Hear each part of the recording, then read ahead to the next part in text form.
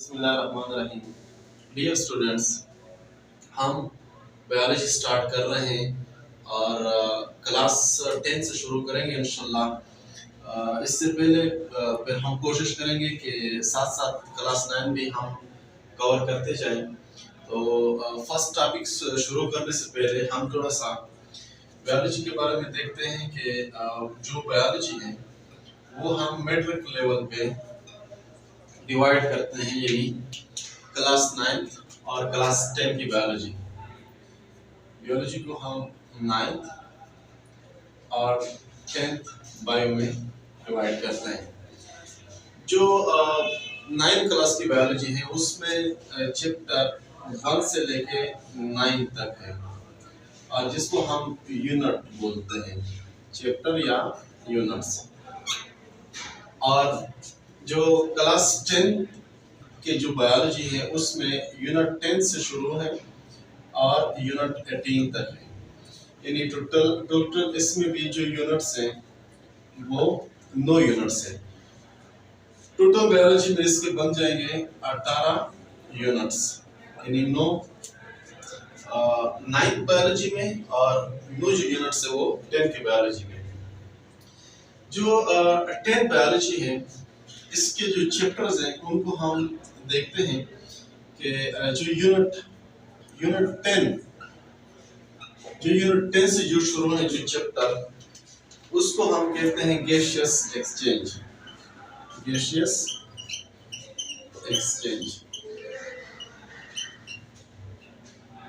इसके बाद दूसरा जो इसके बाद यूनिट है, यानी यूनिट 11, वो है होमियोस्टेसिस।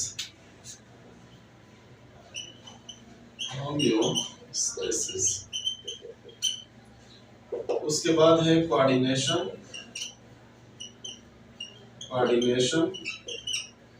And control. उसके बाद है support and movement. Support and movement के बाद आता है रिप्रोडक्शन का यूनिट। रिप्रोडक्शन के बाद इनहेरिटेंस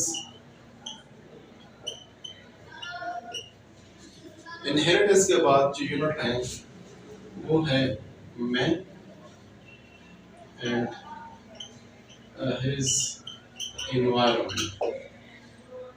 फिर उसके बाद है बायोटेक्नोलॉजी, और बायोटेक्नोलॉजी के बाद है फार्माकोलॉजी। जो लास्ट जो यूनिट है उसको हम कहते हैं फार्माकोलॉजी। तो अब तरतीब से लिख सकते हैं, this is unit 12, unit 13, unit 14, 15, 16, 17 और 18।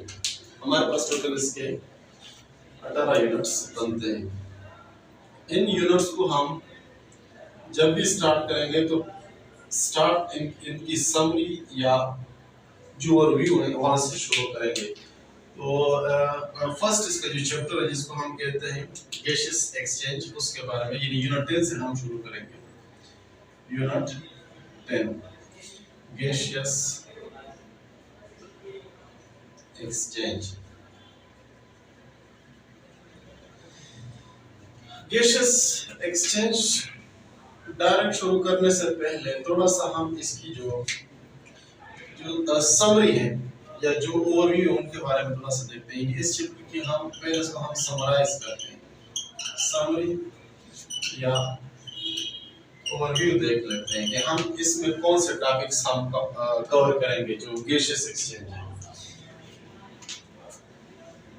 इस चैप्टर में हम जो बेसिक चीज पढ़ेंगे वो है गैसेस।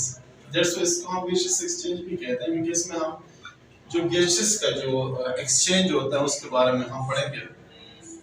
यानी हम जो मेन गैसेस हैं उनके बारे में देखते हैं इस चैप्टर में।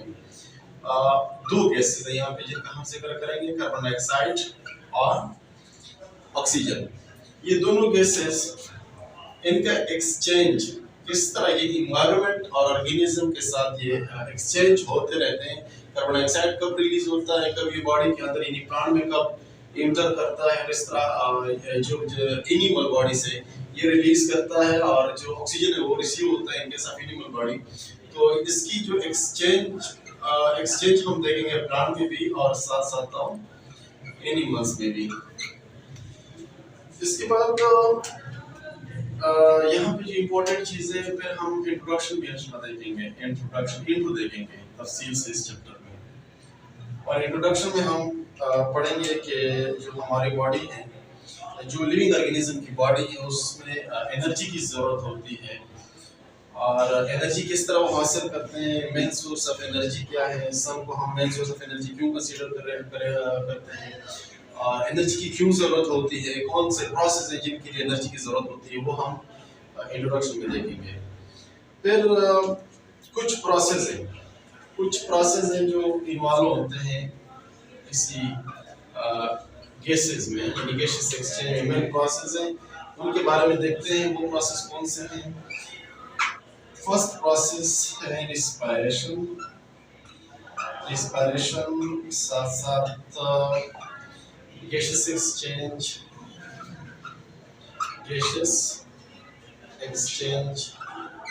और ब्रीदिंग। ये वो प्रोसेस हैं जो इस चैप्टर में हम देखेंगे इन प्रोसेस के बारे में, यानी इनकी मैकेनिज्म के साथ साथ इनमें डिफरेंसेस कौन से हैं, डिफरेंसेस के बारे में हम देखेंगे कि हम रिस्पिरेशन और गैसियस एक्सचेंज और ब्रीदिंग। रिस्पिरेशन सेलुलर लेवल पे होता है, जिसमें जब ऑक्सीजन ग्लूकोज के साथ मिलता है और हमें एनर्जी मिलती है कार्बन डाइऑक्साइड और साथ साथ वाटर भी। गैसियस एक्सचेंज में क्या होता है कि इसमें गैसेस का तबादला होता है। एनिमल की कंडीशन में ऑक्सीजन इनसाइड हम लेके आते हैं, और जो कार्बन डाइऑक्साइड है वो बाहर को रिलीज करता है, और ब्रीथिंग में हम एयर अंदर लेके आते हैं और बाहर लेके जाते हैं। इनहेलेशन और एक्सहेलेशन में हम देखेंगे ये मैकेनिज्म ऑफ ब्रीथिंग, इस चीज़ को हम डिस्कस करेंगे। और गैसेस एक्सचेंज की भी हम इसको थोड़ा सा डिटेल से हम देखेंगे कि अल्वियोलाई में किस तरह कार्बन डाइऑक्साइड जो है वो बाहर को डिफ्यूज कर जाता है, और ऑक्सीजन इनसाइड फिर अल्वियोलाई के थ्रू कैपिलरीज में आता है, वो फिर जाके हम गैसेस एक्सचेंज किस तरह ये गैसेस एक्सचेंज फिर सेल लेवल पे भी हम देखेंगे कि किस तरह ऑक्सीजन फिर सेल के अंदर डिफ्यूज कर जाता है, और वहाँ से कार्बन डाइऑक्साइड किस तरह फिर ब्लड की प्रेस के अंदर आता है।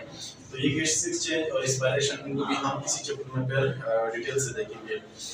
इसके बाद हम देखेंगे कि जो गैसेस एक्सचेंज है प्लांट में, ये दूसरा हम टॉपिक इसमें कवर करेंगे, गैसेस एक्सचेंज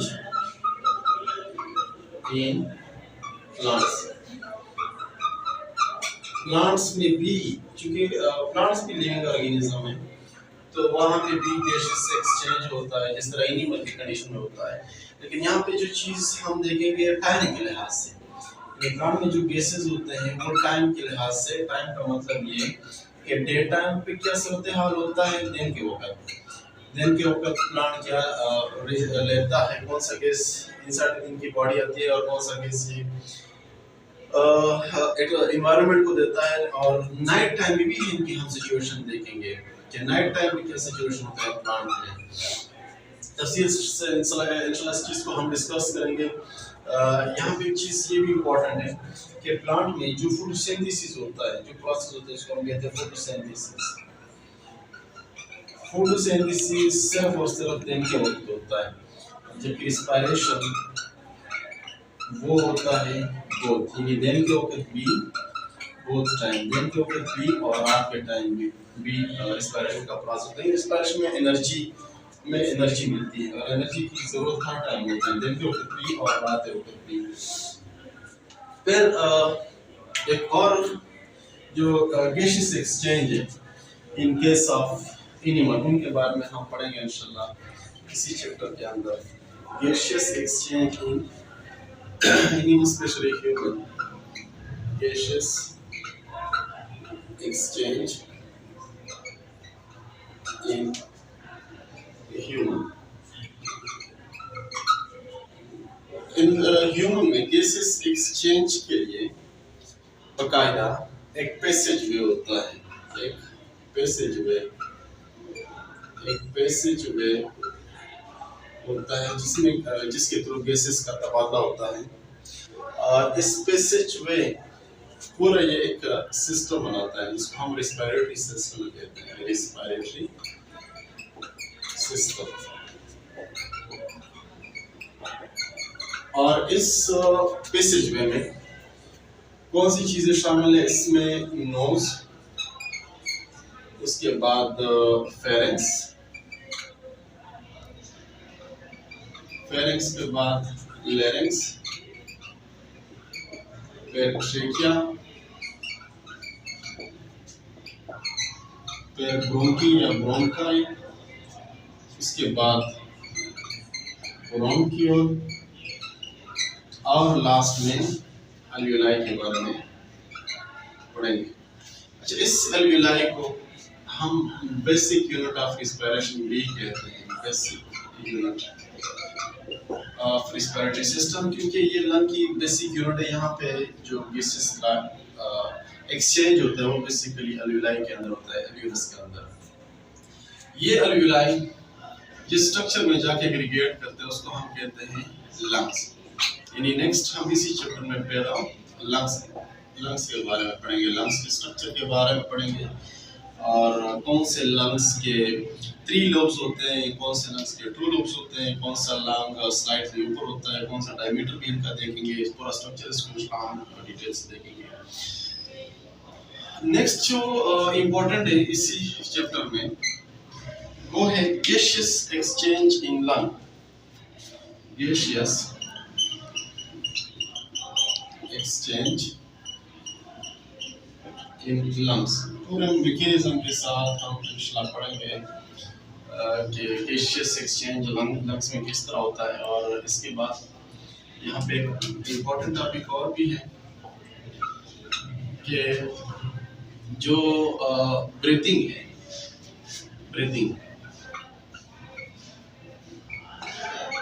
ब्रीथिंग में जो प्रोसेस शामिल है, यानी मैकेनिज्म ऑफ ब्रीथिंग भी पढ़ेंगे। Mechanism of breathing, mechanism of breathing जिसमें 2 प्रोसेस शामिल है। मैकेनिज्म ऑफ ब्रीथिंग में 2 प्रोसेस शामिल है। इसको एक को हम कहते हैं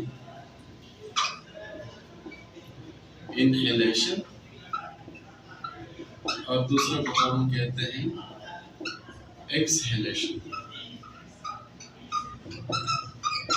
जो इनहेलेशन है इसमें एयर इनसाइड मूव करता है, जिसको हम इंस्पायरेशन भी आप इसको कह सकते हैं, इंस्पायरेशन जिसमें एयर इनसाइड बॉडी के अंदर आता है। और एक्सहेलेशन में या एक्सपायरेशन में जो एयर है वो बॉडी से आउटसाइड मूव करता है। तो इनकी मैकेनिज्म भी हम इसी चैप्टर में फिर डिटेल से देखेंगे। फिर नेक्स्ट जो इम्पोर्टेंट टॉपिक है इसी चैप्टर के अंदर उसको हम कहते हैं स्मोकिंग। यानी बायोलॉजिकल स्मोकिंग की जो बायोलॉजिकल कॉन्सिक्वेंसेस है बॉडी के ऊपर, बायोलॉजिकल कॉन्सिक्वेंसेस ऑफ स्मोकिंग। जब हम स्मोकिंग में जो टॉक्सिक चीजें होती हैं, जो केमिकल्स होते हैं, वो भी यहाँ पे हम डिस्कस करेंगे। और इम्पोर्टेंट चीज यहाँ पे हम देखेंगे कि दो तरह के स्मोकर्स होते हैं। स्मोकर्स 2 तरह के होते हैं, एक को हम कहते हैं एक्टिव और दूसरे को हम कहते हैं पैसिव। एक्टिव स्मोकर वो होता है जो डायरेक्ट सिगरेट पीते हैं, उनको हम कहते हैं एक्टिव स्मोकर। और पैसिव स्मोकर्स वो होते हैं जो स्मोकर से करीब बैठे होते हैं। यहाँ पे अगर देखा जाए तो लगता तो यही है कि ज्यादा जो इफेक्ट होगा वो एक्टिव स्मोकर होगा, लेकिन जो पैसिव स्मोकर होता है वो डायरेक्ट इफेक्ट होता है स्मोकिंग से, क्योंकि जो पैसिव स्मोकर होता है वो डायरेक्ट नोज के थ्रू जाके वो इनहेल कर रहा होता है, उसका जो धुआं होता है स्मोकिंग का।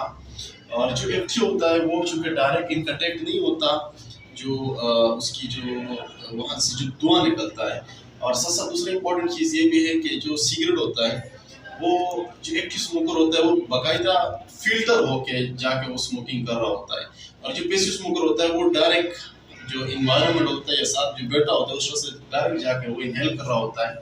कोई फिल्ट्रेशन के लिए, धुएं को फिल्टर करने के लिए कोई चीज़ नहीं होता। तो इस वजह से जो पैसिव स्मोकर होता है वो ज़्यादा वल्नरेबल होता है, ज़्यादा इफेक्ट करता है स्मोकिंग की वजह से। इसी स्मोकिंग में जो केमिकल्स होते हैं उनके बारे में भी हम समझना पड़ेंगे, और इसमें टोटल 4000 केमिकल होते हैं, 4000 केमिकल्स। और इन 4000 केमिकल्स में 69 ऐसे होते हैं जो कार्सिनोजन होते हैं, 69 ऐसे होते हैं जो कार्सिनोजन होते हैं। कार्सिनोजन ऐसे केमिकल्स को कहा जाता है जो कैंसर कॉज करते हैं। देखिए क्या होता है, कैंसर कॉजिंग, कैंसर कॉजिंग। अच्छा, ये इन केमिकल्स में कौन कौन से जो केमिकल्स वैसे बहुत हैं, लेकिन जो हमारे बुक में मेंशन है उनके बारे में फिर हम देखेंगे। एक टार होता है, दूसरा जो केमिकल होता है उसको हम कहते हैं निकोटीन। निकोटीन के बाद थर्ड पे इसको हम कहते हैं कार्बन मोनोऑक्साइड, फिर फोर्थ पे बेंजीन, और बेंजीन के बाद पांच पे फॉर्मल्डिहाइड। फॉर्मल्डिहाइड कुछ मेटल्स भी हैं, और मेटल्स के बाद कुछ रेडियोएक्टिव कंपाउंड्स भी हैं, रेडियोएक्टिव जिनसे रेडिएशन रिलीज होता है, तो उनके बारे में भी हम देखते हैं। फिर एक्सरसाइज का क्या इफेक्ट होता है, effect of exercise, effect of exercise on rate of breathing. जाहिर बात है जब हम एक्सरसाइज करते हैं तो ब्रीथिंग का नॉर्मल जो रेट होता है 15 to 20 टाइम पर मिनट, वो जाके इनहांस करता है। क्यों इंक्रीज होता है और उसमें कौन सी रीजन शामिल होते हैं, क्यों जाके हमारी सांस चढ़ना जिसको आप बोल सकते हैं, उनमें कौन सी प्रोसेस शामिल होते हैं, क्यों इस तरह होता है, क्यों हम ज्यादा थकावट का शिकार होते हैं जब हम एक्सरसाइज करते हैं, वो भी हम इसमें डिस्कस करेंगे। लास्ट में हम डिसऑर्डर्स देखेंगे। डिसऑर्डर्स कौन से डिसऑर्डर्स हैं जो हमारे रिस्पिरेटरी सिस्टम के साथ रिलेटेड है। टीबी, ट्यूबरकुलोसिस, माइकोबैक्टीरियम ट्यूबरकुलोसिस की वजह से होता है। दूसरा है एम्फीसीमा, और इसी एम्फीसीमा के अंदर जो एल्वियोलाई होते हैं वो कंप्लीटली डैमेज कर जाते हैं। फिर आस्थमा, वो भी हम जाके इसी में पढ़ेंगे। नमूनिया भी पढ़ेंगे इसी में। ये वो डिजीजेस हैं जो रिस्पिरेशन के साथ रिलेटेड है। और लास्ट में लंग कैंसर, लंग कैंसर भी हम इसी चैप्टर के लास्ट में पढ़ेंगे।